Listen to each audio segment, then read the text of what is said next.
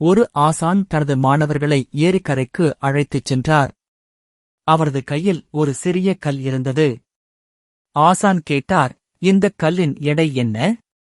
மாணவர்கள் பல எண்ணிக்கைகள் சொன்னார்கள். 200 கிராம், 500 கிராம். ஆசான் சிரித்தார், இது எவ்வளவு எடை என்று நான் சொல்லவில்லை. நீங்கள் கல்லை எடுத்து பிடிச்சுப் பாருங்கள். அப்பதான் தெரியும். ஒரு மாணவர் கல்லை எடுத்தான். முதல் சில வினாடிகள் லேசாகியிருந்தது. ஒரு நிமிடத்திற்குப் பிறகு கை வருத்தம் கொடுக்க ஆரம்பித்தது. அந்த மாணவன் சொன்னான், ஆசான், கல்லோட எடை மாறலை. ஆனா எடுக்கிறதுக்கே கஷ்டமாயிருக்கு. ஆசான் சிரித்தார், அதுதான் என் பாடம். எடை மாறல. ஆனாலும் பிடித்துக் கொண்டால்தான் அது சுமையாகிறது. வாழ்க்கையிலே சில பிரச்சனைகள் இப்படித்தான். அவை பெரியதா மாறல.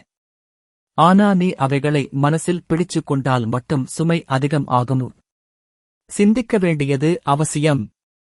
ஆனால் அதிகம் சிந்தித்தால் அது சுமையாகிவிடும். கல்லை வைத்த இடத்தில் வைப்பது எப்படி விடுதலையோ, மனசின் சுமையையும் அப்படியே வைப்பது நிம்மதி.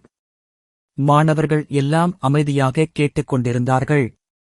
ஆசான் மெதுவாக சொன்னார், உன் மனசை சுமையாக்குற கல்லை இன்று விட்டுவிடு. வாழ்க்கை நெளிவாக மாறும். நினைவில் வை, பிடித்துக் கொள்வதுதான் சுமை. விட்டுவிடுவதுதான் நிம்மதி. இந்த உரையை நீங்கள் ரசித்திருந்தால் லைக் பண்ணுங்க, சப்ஸ்கிரைப் பண்ணுங்க, ஷேர் பண்ணுங்க.